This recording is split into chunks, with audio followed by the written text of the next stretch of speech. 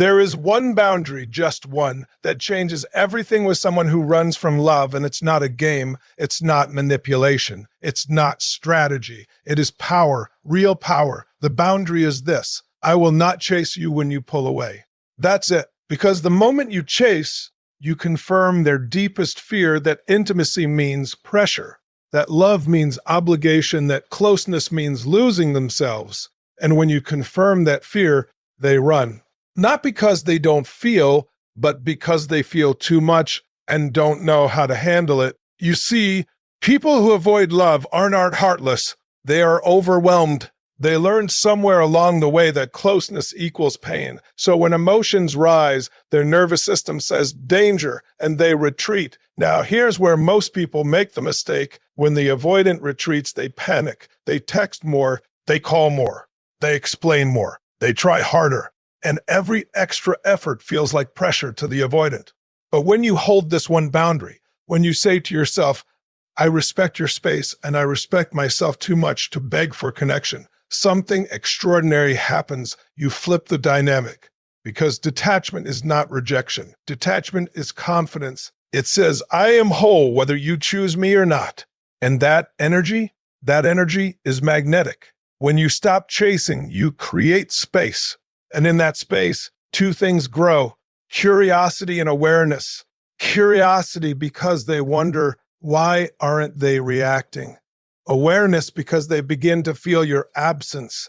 Absence is powerful. It reveals value. If you are always available, always pursuing, always proving, there is no contrast. And without contrast, there is no clarity. But when you stand still, calm, grounded, unshaken, you become a mirror. And in that mirror, they see their own feelings rising.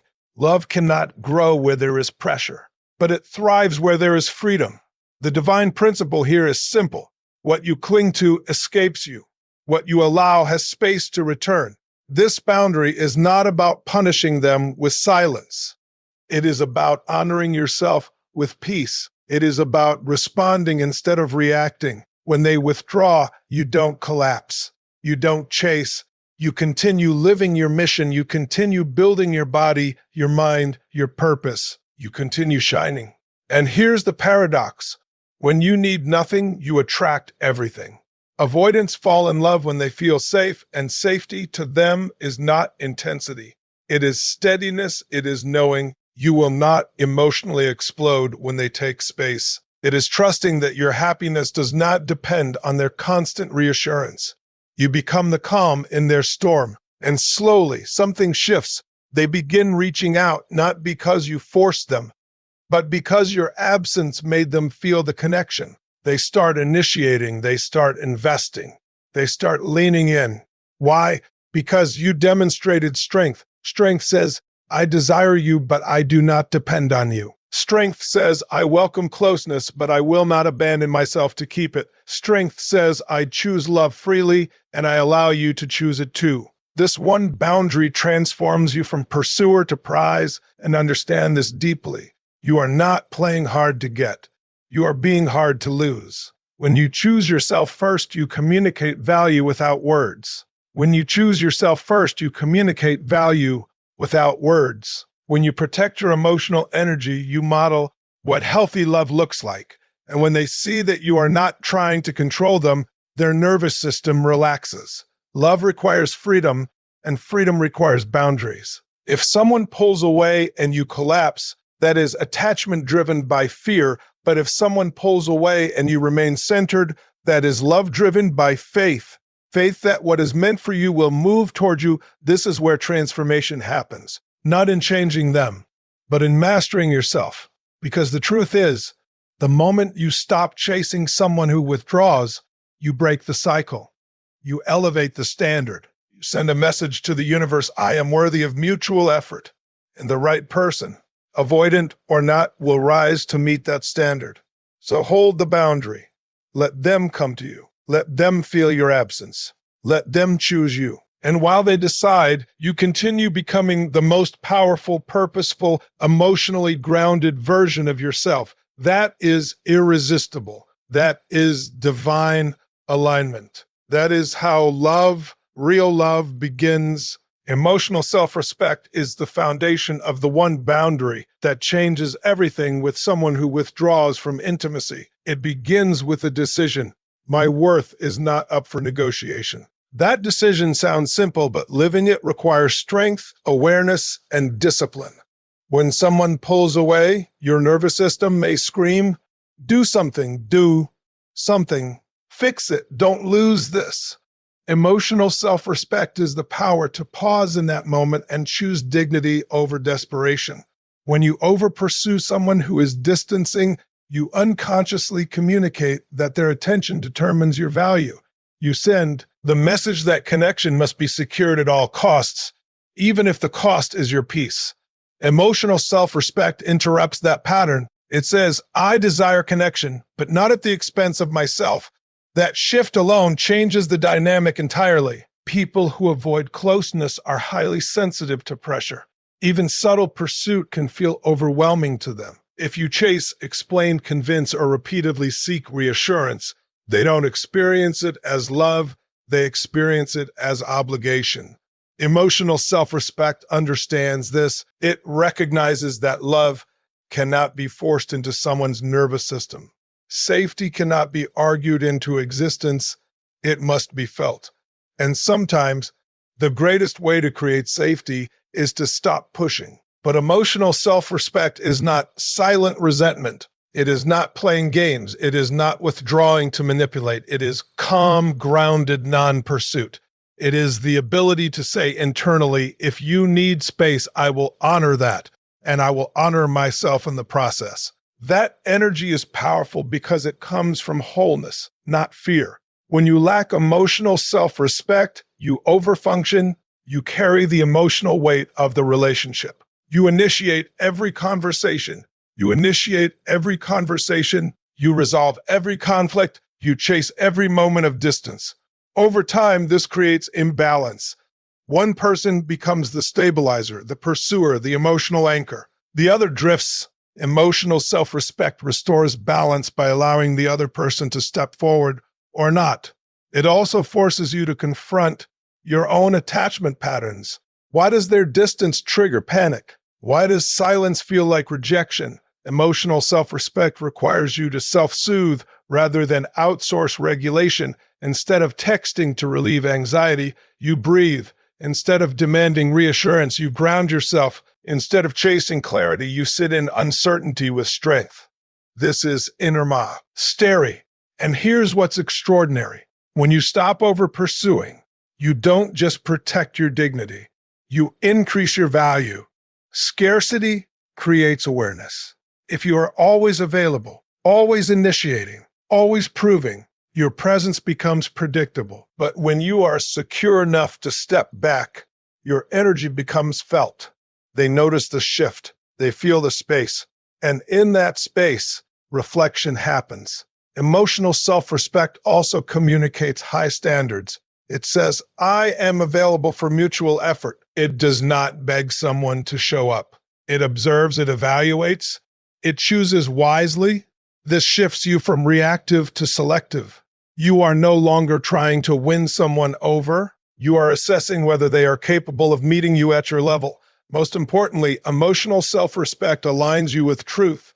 If someone consistently withdraws and does not return with effort, you see reality clearly. You don't distort it to avoid loss. You don't chase illusions. You allow behavior to speak. That clarity protects your heart from prolonged emotional depletion. There is immense strength in not chasing. It requires confidence in your own lovability. It requires faith that the right connection will not require you to abandon yourself. Emotional self-respect is choosing peace over panic, dignity over desperation, alignment over attachment. When you embody that energy, everything changes. Your presence becomes steady. Your words carry weight. Your silence carries power. And whether the avoidant moves closer or not, you remain centered. That is true strength. That is the boundary that transforms not just a relationship, but you. Detachment is one of the most misunderstood forces in love. Most people hear the word and think it means indifference, coldness, or emotional distance. But real detachment is not about shutting down your heart. It is about releasing your grip on outcome. It is about wanting deeply without clinging desperately. And when you embody that energy, something powerful happens. You become magnetic. When you try to control the outcome of a relationship, you radiate tension, you monitor texts, you analyze tone, you replay conversations in your mind, you adjust your behavior to prevent loss. That subtle pressure can be felt, especially by someone who already fears closeness. Control feels like confinement to them. Even if your intentions are pure, the energy of "I need this to work" creates resistance. Detachment dissolves that resistance. It says, "I choose you, but I do not need you to validate my worth." That internal shift changes your posture, your voice, your decisions. You stop trying to convince someone to love you. You stop performing for affection. You stop negotiating your standards just to maintain connection. And the moment you stop gripping so tightly, the relationship has room to breathe. The paradox of attraction is this: the tighter you hold, the faster it slips. The more you relax, the more it flows. When you detach from the outcome, you step into abundance. You no longer see this one person as your only source of happiness. Your life becomes full, purpose, growth, friendships, health, mission. You are not waiting by the phone because you are building something meaningful. That fullness is deeply attractive because it signals security. It says, "I have a life I love. You are welcome in it, but you are not the foundation of it." For someone who leans avoidant, this is incredibly disarming. They are used to being pursued. They are used to partners trying to pull them closer. But when they meet someone who desires them without chasing them, it challenges their pattern. They begin to feel safe because there is no force pressing against them. Detachment also sharpens your intuition. When you are attached to a specific outcome, you ignore red flags. You rationalize inconsistency. You interpret breadcrumbs as commitment.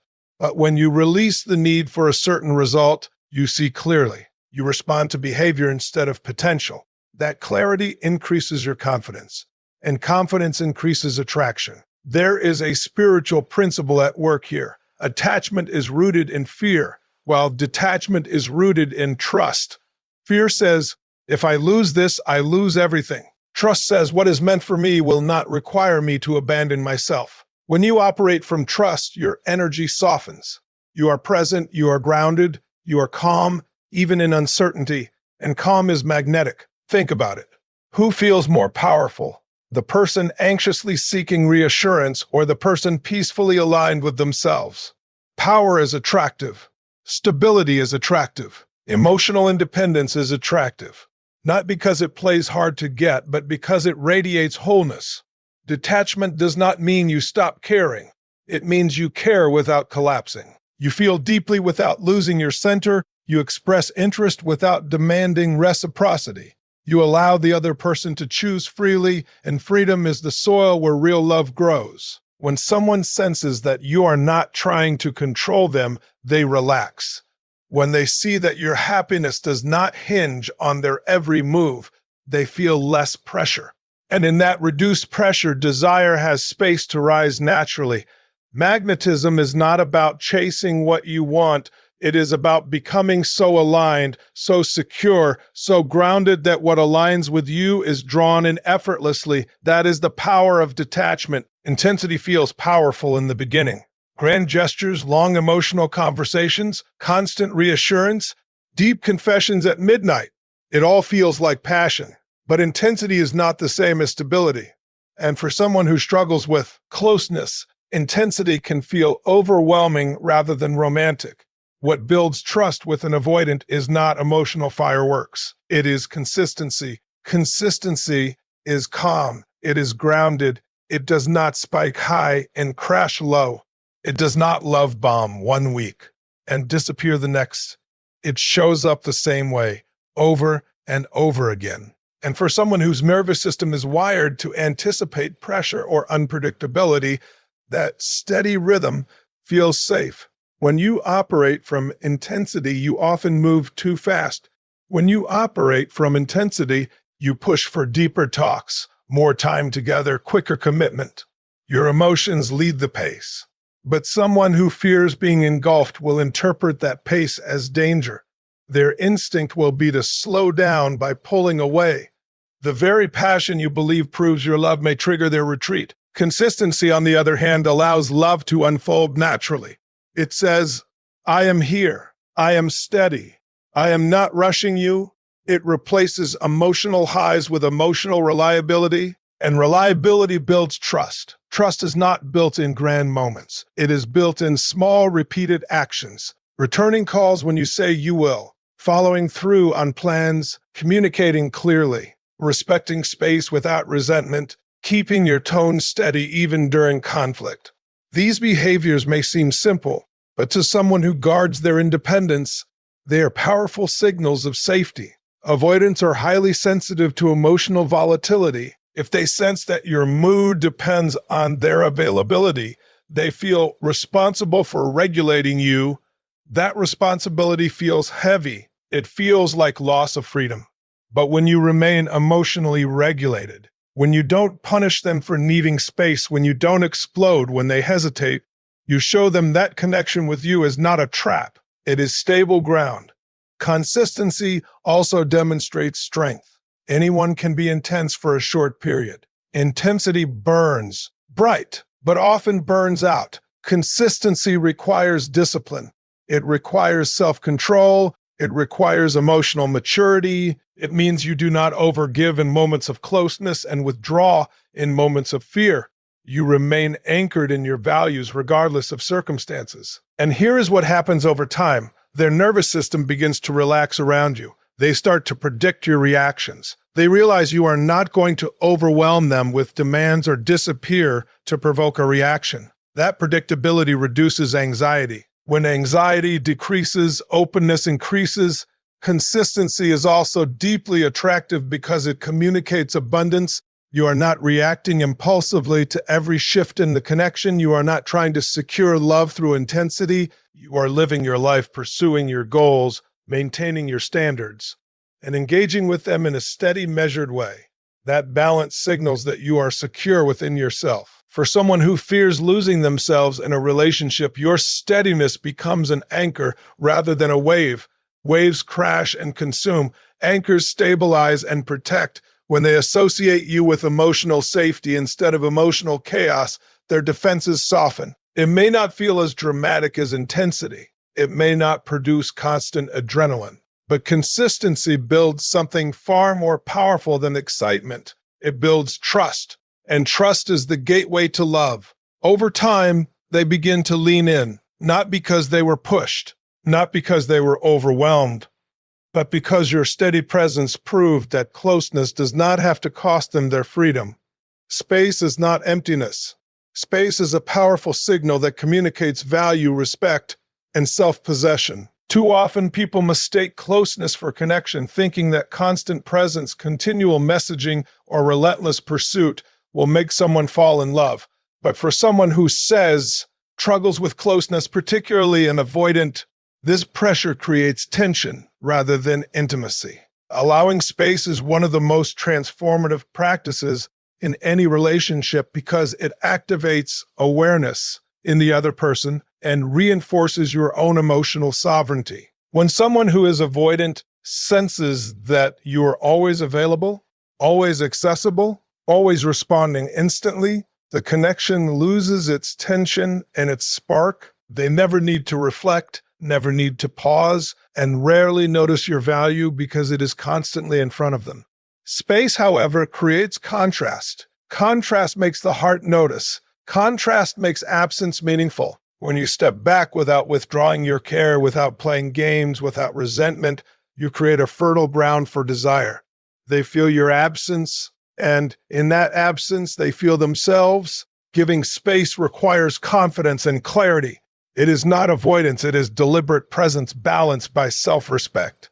It is saying, I am fully engaged in my life, I am happy, purposeful, and grounded. I will share this life with you, but I will not center my happiness on your actions. This energy shifts the dynamic entirely. Instead of chasing, you become magnetic. Instead of pleading for attention, you radiate worthiness. And the avoidant, who is wired to test boundaries and maintain distance, begins to feel the pull. Space also allows them to confront their own emotions. Avoidants often retreat not because they do not care, but because they feel overwhelmed by closeness. When you hover, they retreat further. When you respect space, they are forced to face the feelings they have been suppressing. They begin to recognize their longing, their desire, and even the fear they associate with intimacy. Your calm, confident distance becomes a mirror reflecting their own emotions back at them, and reflection is the precursor to connection. Moreover, giving space preserves your own emotional energy. When you chase, you sacrifice your peace, your focus, and your power for someone else's response. When you create space, you reinforce that your life, your growth, your purpose, and your emotional well-being are non-negotiable. This self-prioritization communicates high value without words. It signals that you are not dependent on constant validation and that your love is freely offered, not demanded. The divine principle here is profound. Freedom fosters love. People are drawn to what they cannot control but can choose. Space respects autonomy while quietly inviting connection. It demonstrates that love does not require suffocation and desire does not thrive under pressure. By stepping back, you allow the avoidant to lean forward on their own terms, and that self-directed choice is far more compelling than any forced closeness. In practice, giving space looks like being present when needed but not overextending. It is checking in without overwhelming. It is maintaining your routines, your friendships, your passions, and your emotional stability without making them responsible for your happiness. It is patience expressed through calm action, not anxiety-driven effort. And in this calm, consistent space, the avoidant experiences curiosity. They notice your value. They wonder about your life, your mind, your feelings, and your world. Space also challenges patterns of dependency. The avoidant learns that your attention is not guaranteed, and in learning this, their awareness of your significance grows. Desire, once restrained by habit or fear, begins to surface.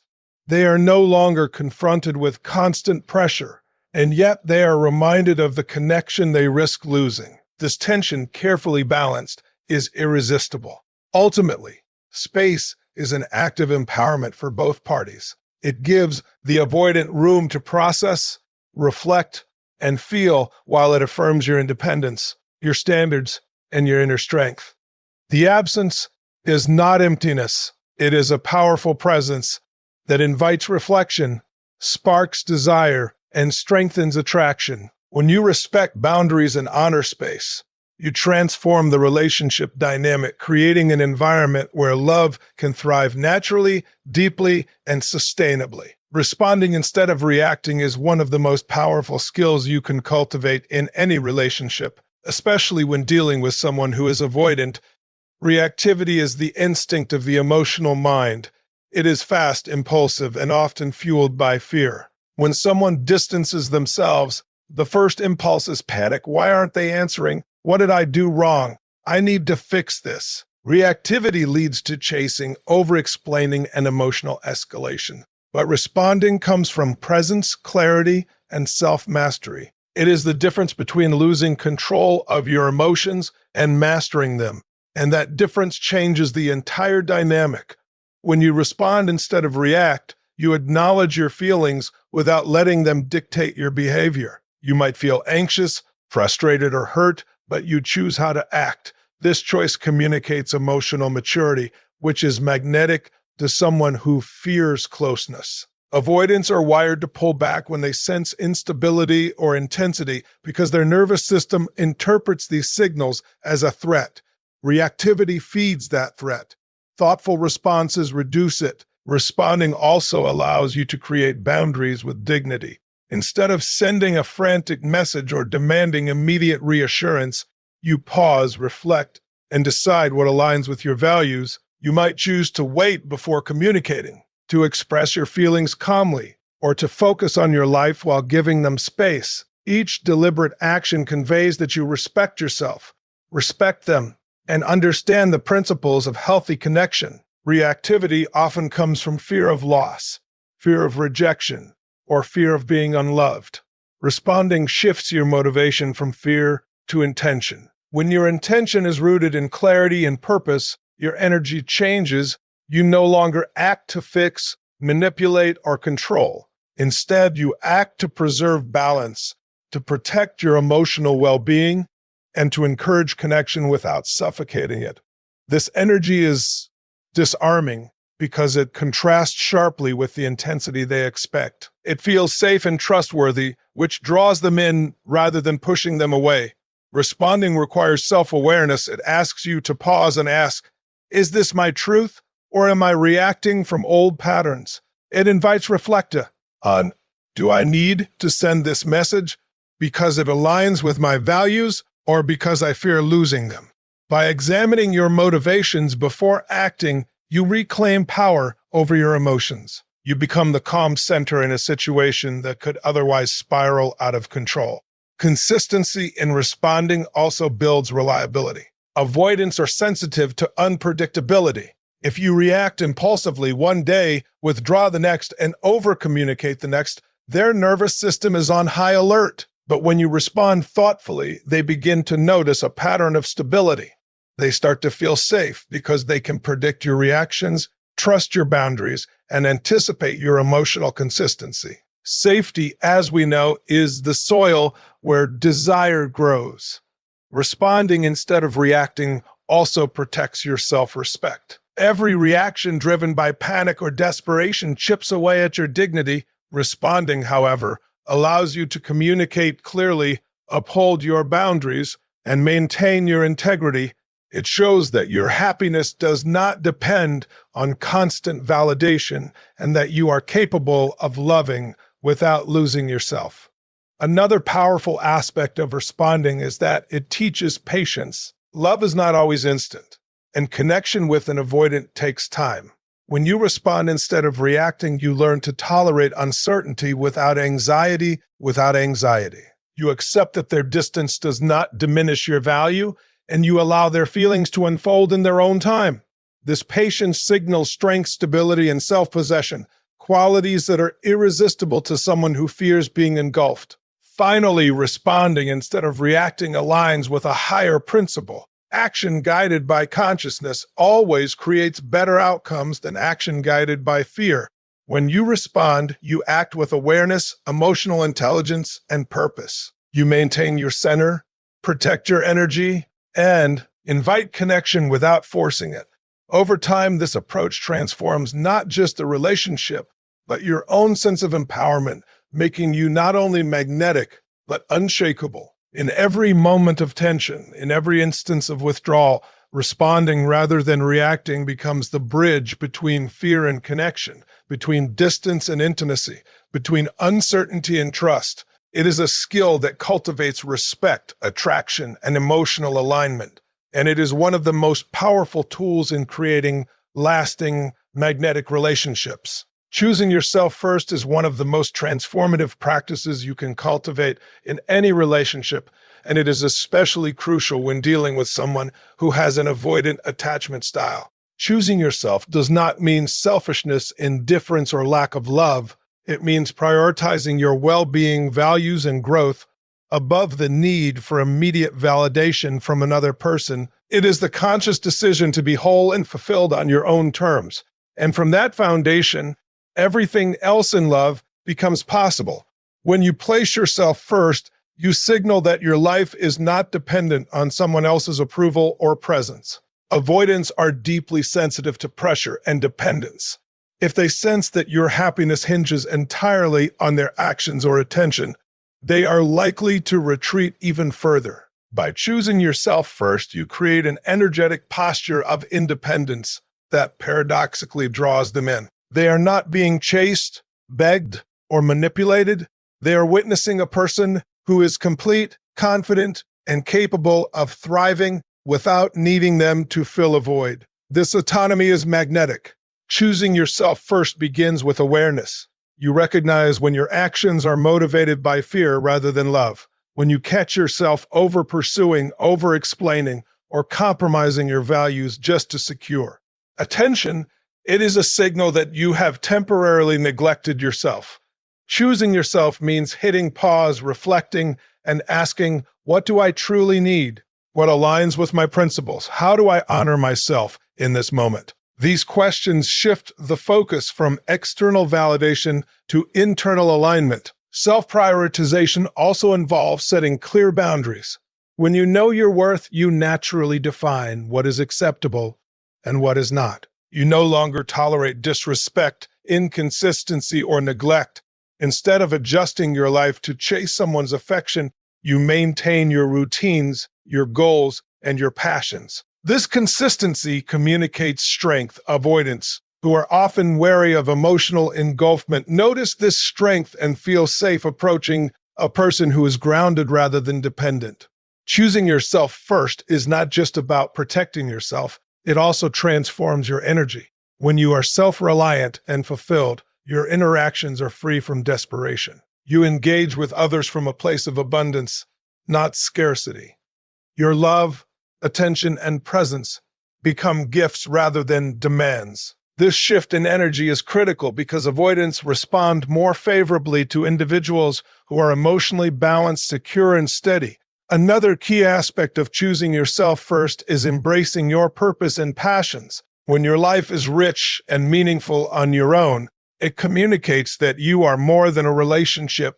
You have a mission, a calling, and personal fulfillment that does not rely on someone else's affection. This vibrancy draws avoidants in because it sparks curiosity and admiration. They see a person whose existence is not contingent upon them, and this independence creates desire. Choosing yourself first also teaches resilience. You learn to face emotional uncertainty without losing your center. If the avoidant withdraws, you nor their space without panic or self-condemnation. You maintain your routines, your mindset, and your joy. This resilience not only preserves your peace, but also elevates your presence, making you a source of calm rather than chaos. Importantly, choosing yourself first aligns with the principle that healthy love is mutual. You give energy where it is reciprocated and withhold it when it is not. You stop over-investing in someone who is inconsistent and start investing in your own growth. This discernment ensures that your relationships are balanced, sustainable, and fulfilling.